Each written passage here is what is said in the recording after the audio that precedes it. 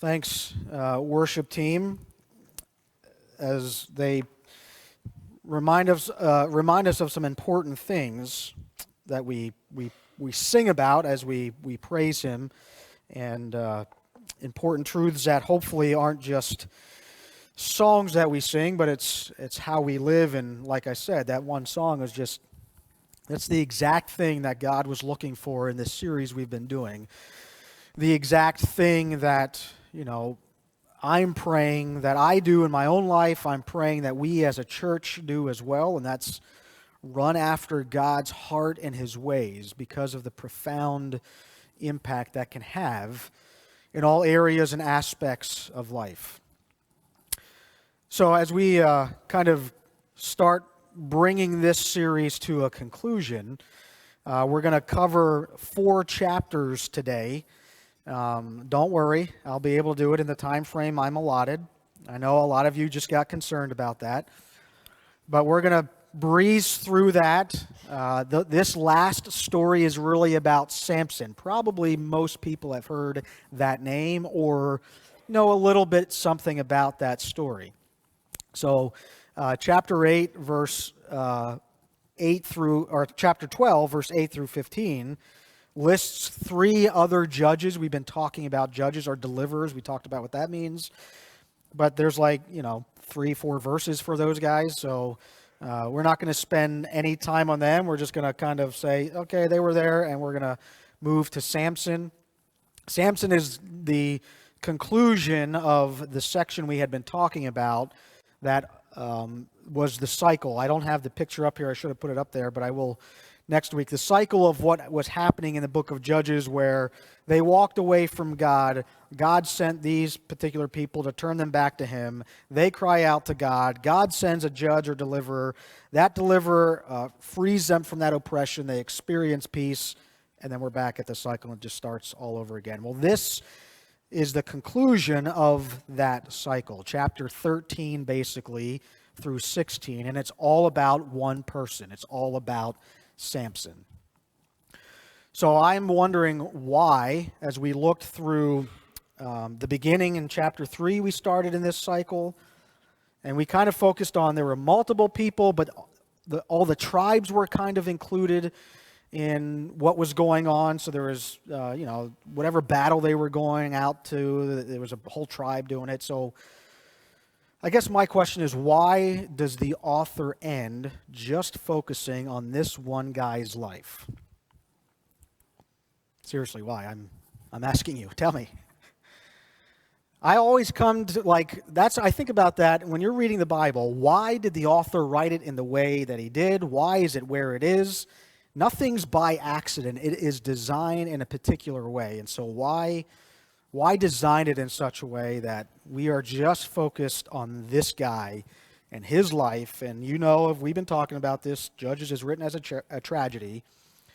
So we just watch this guy's life unravel and implode.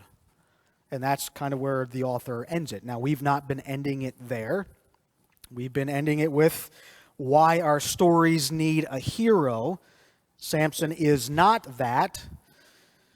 But what does it look like to have that in a culture and society? Like I said before, maybe you grew up in the church, and if you did, you heard stories about Samson, and it was always about how strong he was, not about what a deplorable kind of guy he was. And if you read, we're not going to read all of it, because there's kids in the room, but if you read all of the story of Samson, it's not pretty. And as I will say later, it's if I was doing a Netflix series on Samson, it'd be for mature audiences only. That's what the rating would be for it. So why focus on this guy and watch his life implode? So I'm going to give you the answer to that now, and you can try and remember it till the end. Because a single life matters. And especially if you're leading something, it matters. And the way you live that life matters. And we called that character. We would say character counts. If you have a boss, character matters. If you got somebody leading a company, character matters. If you're on a sports team, character matters. If you're leading a organization of some kind in the community, character matters. If you're in government, character matters. We believe it matters. It has a part to play in that person's life. And I remember reading an article about this and the importance of character and character formation and all that kind of stuff.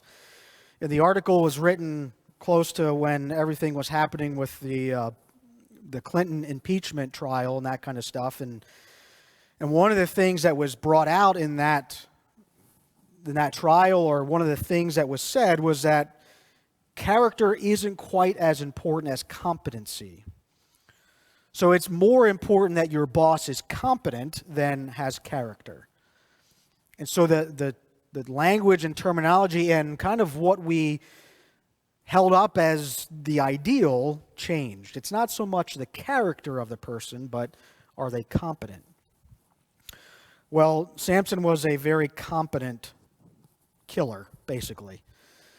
But we see that not actually helping him in the end, or helping Judges, the Israel in the end. And thinking about this, and kind of a particular phrase that I'm going to read for you in just a minute, is, as I've shared with you, our family has decided to do homeschooling. And so this was a big piece of why I was moving in that direction, and Jess and I decided to do it. Was, for me, the most important thing for us to do, while I want my kids to be educated, is human formation.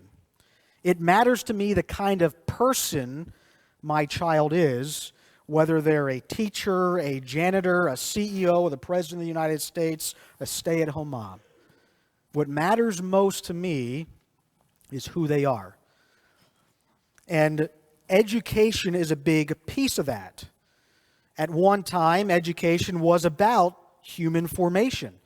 We put a great deal of importance on virtue and morals. And the way we discovered those was through literature, was through stories that were being told, stories that were written, plays and poems and things like that. History and all those classes, what we would traditionally call a liberal arts type degree, was really about human formation.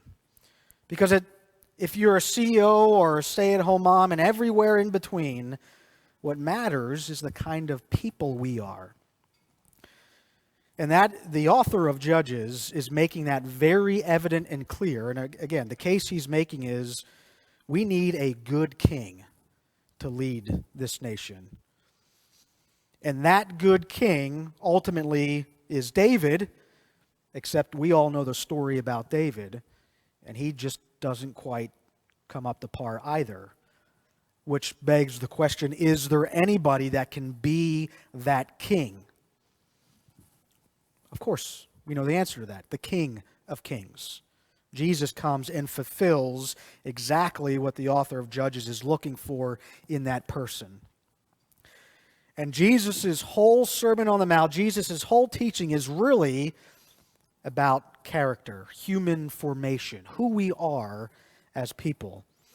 And so we get an in-depth look at what it looks like when that's not happening. Samson is that in-depth look. So chapter 12, verse 8 through 15 tells us that there's some other judges. We don't get a lot of information about them. We're starting, as I said, in the southern part of Israel, moving north. As we move north, it gets worse and worse and worse. Actually, Samson is from this tribe down here, so we're still in the southern part of Israel, but something bad happens between this tribe and this tribe, which is called Judah, in this story, and basically this whole tribe moves north. So there's some common refrains that we hear in the book of Judges that we're going to stop hearing. Remember, I just outlined the cycle for you. This is what was going through from chapter 3 all the way to chapter 13, but some small changes are taking place that are telling us something. It's revealing to us something about the storyline, about what's happening in the story. Now, what I've suggested, this has kind of been our running definition of what a hero is, and we're going to talk about that as we conclude as well. But this is exactly what Israel was looking for. This is exactly what God was trying to raise up within these deliverers, or judges, as we call them in our English translation. And this is exactly the kind of person Samson was not. He is not a role model for your children. And I can remember those stories. And maybe the Sunday school teachers were saving a lot of conversations with parents after Sunday school about some of the stuff Samson did.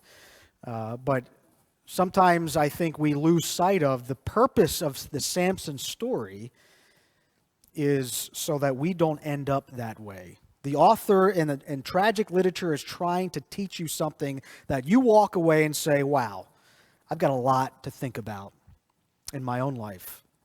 And Samson's story is that. One of the things that we heard over and over and over again was this refrain.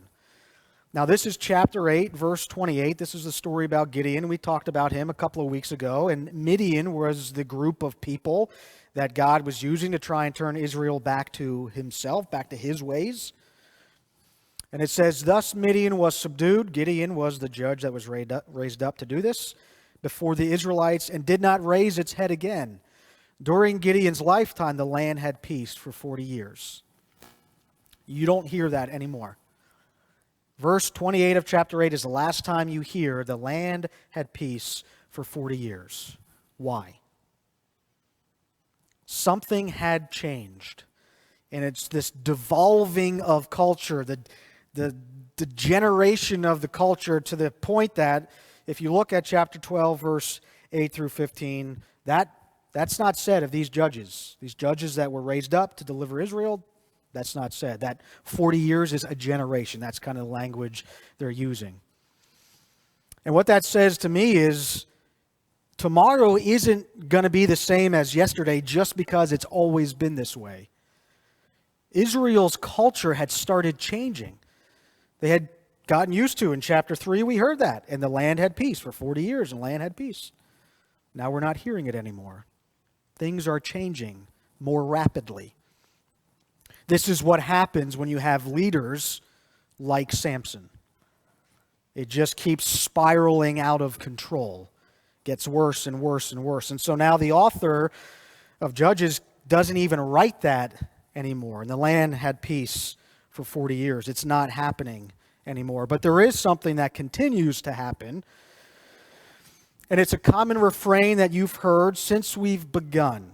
This sentence has been used from the very beginning of the sermon series. You could substitute Philistines for any other people group, and the same sentence would apply. Now, you may see that that is an incomplete sentence. There's just some random words on there. This is a fill-in-the-blank time period. This is your opportunity to impress me.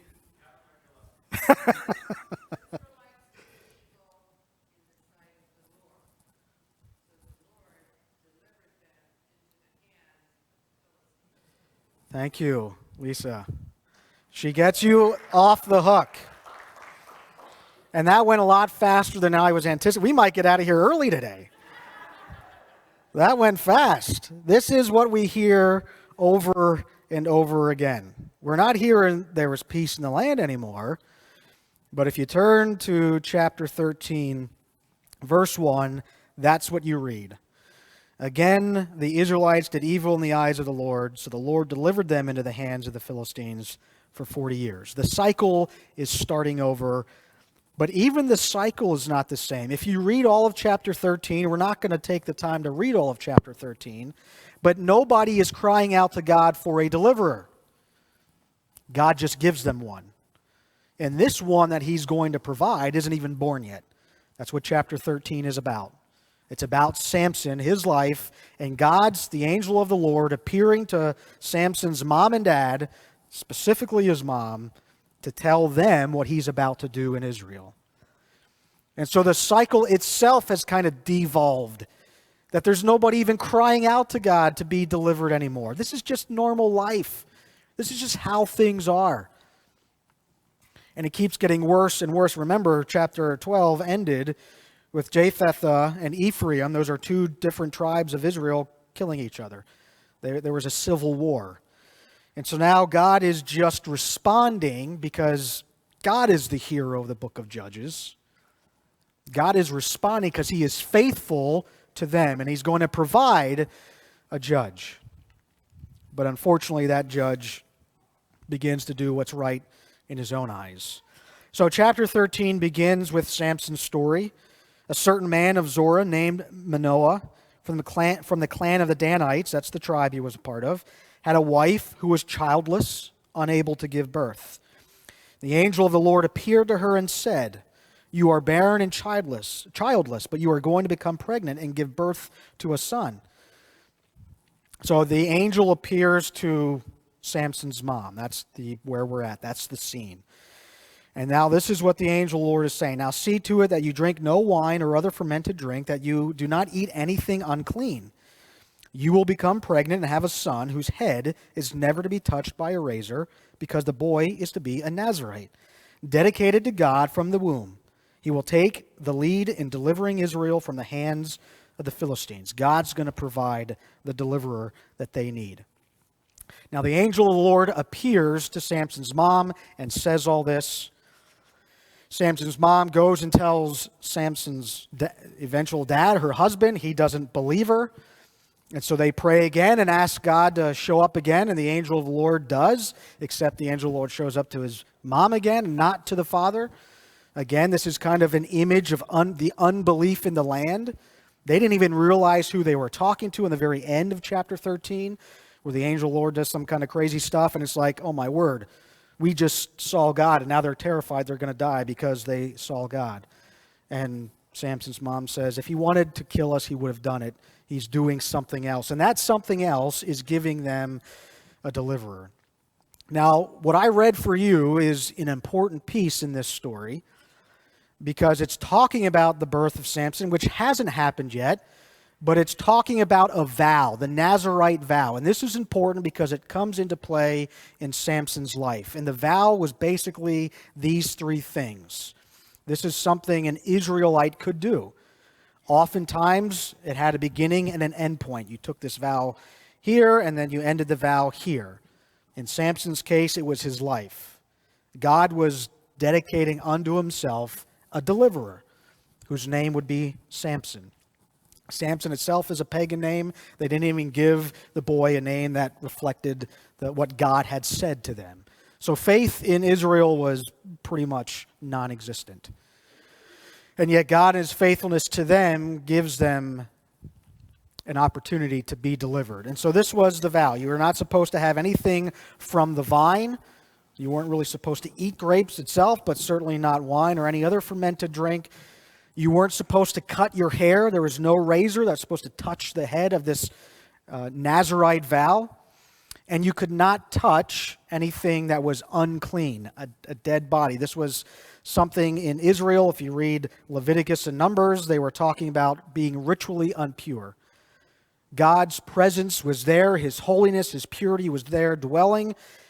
And so being ritually impure was not a sin, but it was just an image that they were supposed to get in their heads of who this God is that they worship and his purity. And so touching dead things made you unclean, and then there was something you did to become pure again.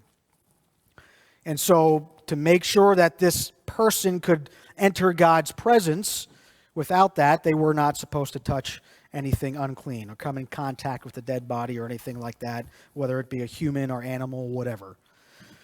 So those three things are important as you read about Samson's life. And it says this, so Manoah asked him, now this is the backstory. So if we were doing a Netflix series, we'd have this story, and then we'd shoot to the backstory of Samson and his life. And I'd create an episode all about this one verse in chapter 13, verse 12, because this one verse sticks out to me as one of the most important. I've read Samson's story multiple times, but this verse stuck out to me. Like, I can't believe I missed this. Samson's dad asks the angel of the Lord, before Samson is born, when your words are fulfilled, my wife is barren and childless, and you're telling us we're going to have a son, when your words are fulfilled, when that happens, what is to be the rule that governs the boy's life and work? What is to be the rule that governs this boy's life and work? That is one of the most important questions we can ask ourselves in life, I think. What is it that governs your life and your work? What is the number one rule that governs the way you raise your family, the way that you are out in the business world, in the community organizations, on the sports teams? What is it that governs your life and work? Because that one thing will have profound influence on everything else. And what we see in Samson's life is not God and his ways. As followers of Jesus, we talk about Jesus and his ways. It's not what governed Samson's life. And yet that's the number one question before Samson is born that his dad asks. If we don't have an answer to that question, it's going to be really hard to raise our children. It's going to be really hard to follow God and his ways in the world around us. What is to be the rule that governs your life and your work? The way you raise your family? What informs all of that? See, this was a big piece of education. This is what's most important to me. This is why we decided to do homeschooling. This is just Jess and I and our talking to God about it and our decision. I want to have as much influence over this as I possibly can, because what matters to me is what rules and governs my two daughters' lives. It matters to me what rules and governs the lives of the people here at this church. That's what matters to me. And so I am striving to make sure that whether my daughters go into the workforce, whether they go to college, whether they don't go to college and they just become stay-at-home moms, or whatever they decide to do, what is most important to me is the rule, is that thing that governs their life and work. And it's that rule that we've walked away from. It's that rule that we as parents have not taken seriously enough. It's that rule that we're not demanding our leaders live by. And it's the breaking of that, or it's not having that as a piece of our lives, that got us into the state that we're in within our culture. And what we actually see in Samson's life is, however they answered that question back in chapter 13, it didn't take root in Samson. Chapter 14 begins Samson's life. We hear this story about his life. This would be a new episode. Samson went down to Timnah and saw there a young Philistine woman. The Philistines are the very people oppressing Israel. And so he goes to the oppressors and to their community and tries to find a wife. And I don't have it up here for you, but Samson says, when he returned, he said to his father and mother, I have seen a Philistine woman in Timnah. Now get her for me as my wife. This time period was called arranged marriages. They would just arrange marriages. And what I don't have up here for you is actually in verse 3. His father and mother replied to Samson, isn't there an acceptable woman among your relatives or among all our people? Must you go to the uncircumcised Philistines to get a wife, the very people that are oppressing us? But Samson said to his father, get her for me. She's the right one for me. That can also be translated, get her for me. She is right in my eyes. Now you'll hear that phrase. We heard that phrase all the way at the beginning, and the author is going to conclude with that same phrase. Israel did what was ever right in their own eyes. And Samson is an example of what that looks like. The rule that governed Samson's life and work was not God and his ways. It was whatever is right in Samson's eyes. Whatever I deem to be right, that's what I'm going to do. And through Samson's life, he continues to live out that philosophy. And so if you read on through chapter 14, this would be, the mature audience's only portion. Chapter really starts in 14, goes through 15, and all of through 16. We see Samson does indeed marry a Philistine woman, and he is, in those days, wedding festival or feast lasted a week long, and he's having a good time. Remember, one of the vows was not to have fermented drink or wine, and Samson threw that out the window, and he's talking to the Philistines. These are the enemy, and he's talking to them. He makes a bet, and Samson takes a wife, but he loses his wife. He loses the bet. His wife betrays him, and so Samson starts to kill people. He's like, okay, I got to make good on my bet, so he starts killing people. And then after he's done that, he loses his wife, and so he kills people again. And after that, something else happens, and he gets really angry, and he burns all their crops, the Philistine crops, and then his wife and his father-in-law are murdered. And so what does Samson do? He kills people again. I mean, that's what the story is. And it's not Samson delivering Israel. It's Samson just taking revenge on people and retaliating. And so ultimately, something major happens, and Samson kills a whole lot of people, and then he goes and he hides in a cave in the southern part of Israel in Judah. And that's another tribe. These would be countrymen of Samson. And they go to that cave and they say, look, man, these guys are after us, and we're going to give you to them. And so Samson comes out, they bind his hands and his legs and all that kind of stuff, and they turn his own countrymen, turn him over to the Philistines. And then, I don't think I have it there, but he kills people again.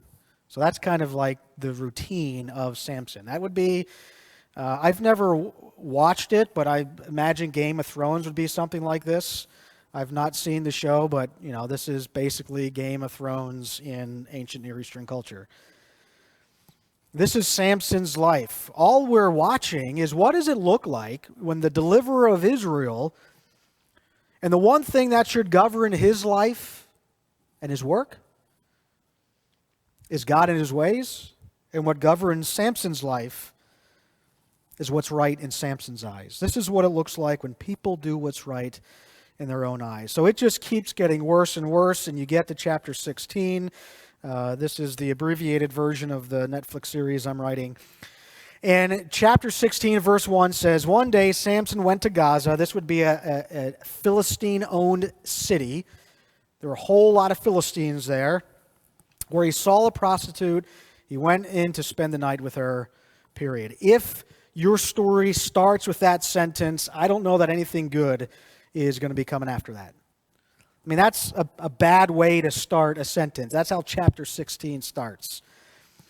And again, Samson breaking vows, marriage covenant vows, Israelite vows of sexual immorality, all that kind of stuff. Samson's doing what's right in his own eyes. Whatever is pleasing to Samson, that's what Samson does. And why this is tragic literature is because we get to watch what happens to Samson's life as he basically implodes. And it's a sad thing to watch. Some of you have watched that very same thing. It's not reserved to Samson's day. There's a lot of people who do what they think is right in their own eyes, and unfortunately, we have to watch that life implode on itself. That's what's happening to Samson. Because he didn't have a good answer to what ruled and governed his life and his work. That's an important answer. That's an important question to ask ourselves. That's an important thing to think about if we're in the midst of raising a family, if we've got grandkids.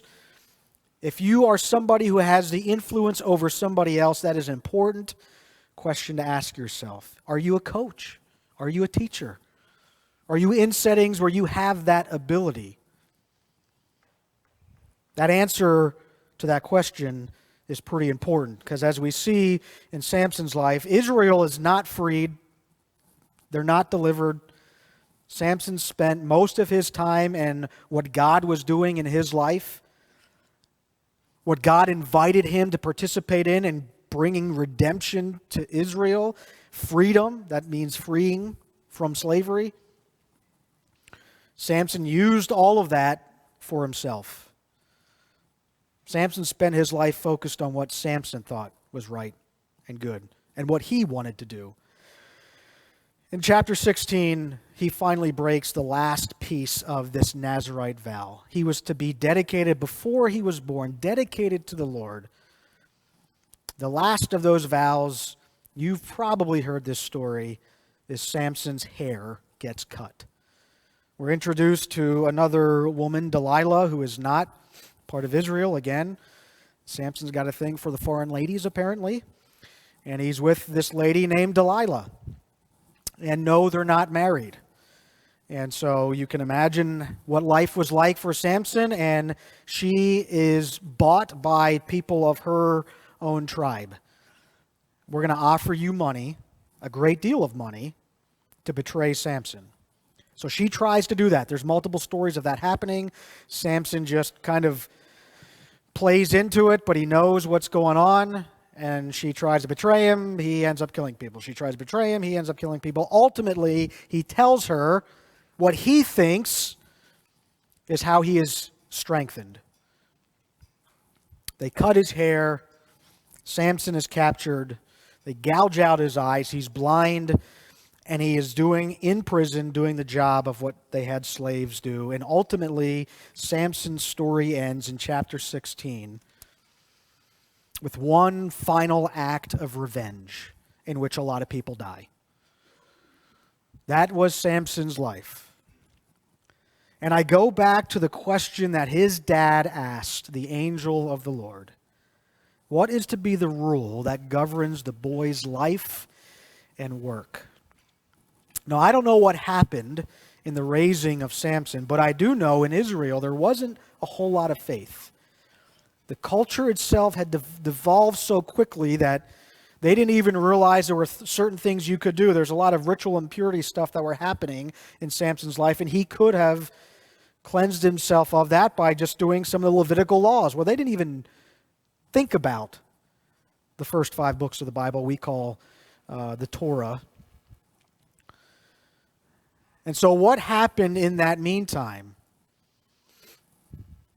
The author of the book of Judges is giving us this window into this world, this tragic window into this man's life of what it looks like when you have somebody leading that has no character, that they have not answered this question. Well, I guess Samson answered the question. What ruled Samson's life and work was him and what was right in his own eyes. That's a dangerous place to be. There's a lot of people walking around like that think they're in control, and they walk through my office, and I'm watching a life imploding on itself. I'm sad to say it happens way too often, because they answer this question incorrectly. The end. Go home. No. See, we don't end that way. That's depressing. We don't want to end that way. The author is ending that way for a purpose. He is driving home the fact of the importance of the character, of what rules and governs this person's life and work. And if nothing else, you ought to be asking yourself that same question. And if you're raised in a family, that is extremely important. If you have any influence over anybody, you have an opportunity to influence them and help them see what should govern and rule their life. I want to give you this quote. See if you can tell me. I'm making you think this morning. See if you can tell me who said this. I'm going to read it for you. Strange, isn't it? Each man's life touches so many other lives. When he isn't around, he leaves an awful hole, doesn't he? Who said that? You think you know, Julie. You have a face like you know.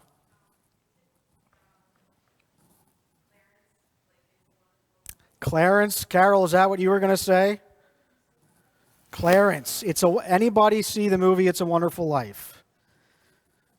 If you haven't seen that movie, you ought to be ashamed of yourself. It's like one of the greatest movies of all time. So I'm ending this sermon with the typical American happy ending at the end of the rainbow story. Because I think what this story communicates and why I love this story so much. I watch this every year. I've tried to force my children to watch it. They don't like it. I watch it in the black and white. They're like, that's not even in color. Yeah. But it is a story that captures exactly what I am talking about at the other end of the spectrum. And George Bailey wasn't even like a fiery evangelical Christian guy zealous for Jesus. You see the scene that he's in, sitting at the bar, and he just lost all of that money, and he's having a drink, and he's like, God, I don't do this very much, but I need some help. And the way that God shows him what kind of help he needs is to figure out what rules and governs his life. He had an idea of what life was supposed to be like, but what we see is a beautiful picture in George Bailey of sacrifice. And you know what that sacrifice got George Bailey? The end of the movie is the answer to that. It's a beautiful picture of what that looks like when you choose to influence other people's lives. And again, what I like about this story is he's just a regular guy. He's like any of us. And that story shows how your life, choosing to live that life well, choosing to live what I would call a hero, influences and impacts so many other people. And what you end up with when you don't realize that is Pottersville. If you've watched that movie, it was a dreadful place. Or that's how Frank Capra was depicting the scene. George Bailey didn't realize how much influence he had over the small town that he lived in.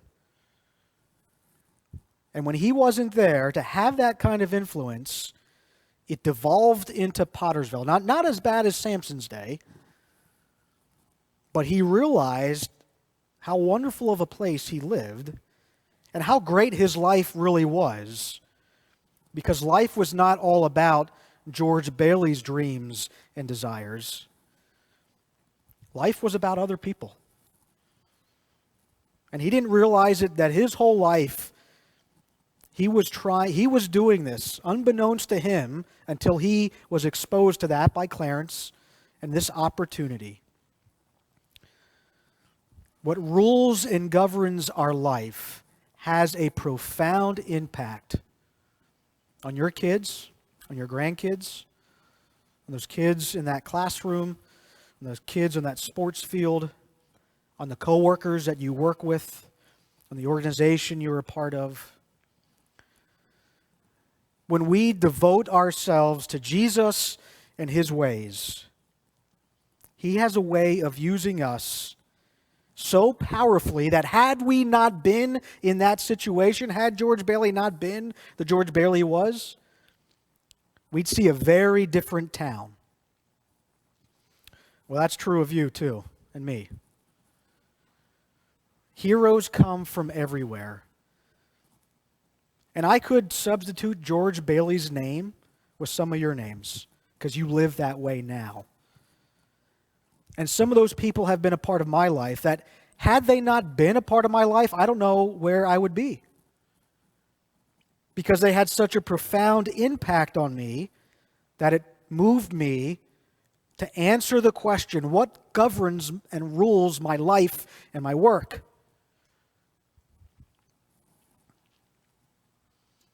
And you know some of those people, and you are some of those people.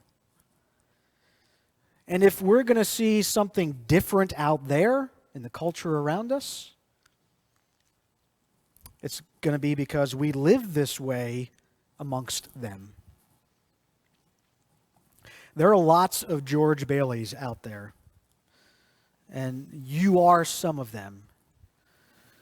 And the more that we can answer that question and help other people answer that question of what rules and governs their life, and point them to Jesus, the greater impact and influence and change we're going to bring about. I can't tell you how many times I try and do that as I watch a life implode on itself. From teenagers to adults. You're that for somebody. You know those people. Some of them are in your family. Some of them you're really good friends with. Some of them are your coworkers and you know they're just going through a tough time. Be that person in their life.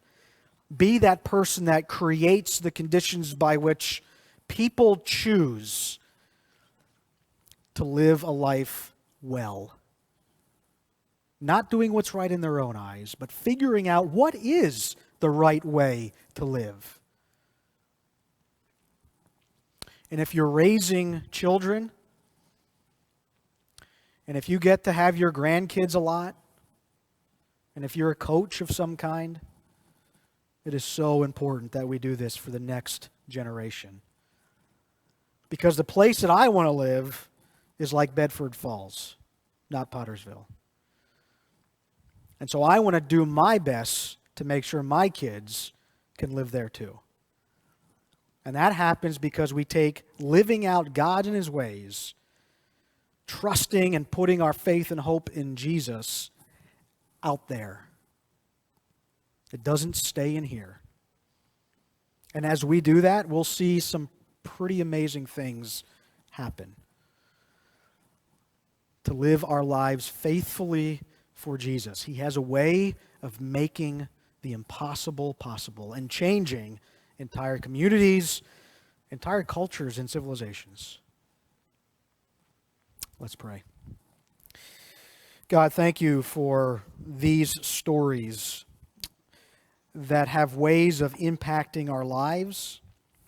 They have ways of teaching us, Lord, and reminding us, God, that our life, each of us, people sitting in this room, people watching at home, we have the opportunity to influence others. God, I pray that we would be able to answer the question of what rules and governs our life and work. And Lord, that we would help others answer that same question as well. And certainly, as we've seen in Samson's story, it's not doing what's right in our own eyes. Clearly, it's following Jesus and His ways. God, I pray that you would help each of us to be heroes.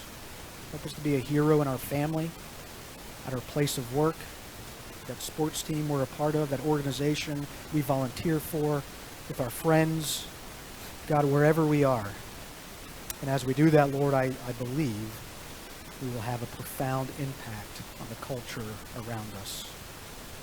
God, help us to trust that Jesus has a way of making the impossible possible. We pray all this in His name. Amen.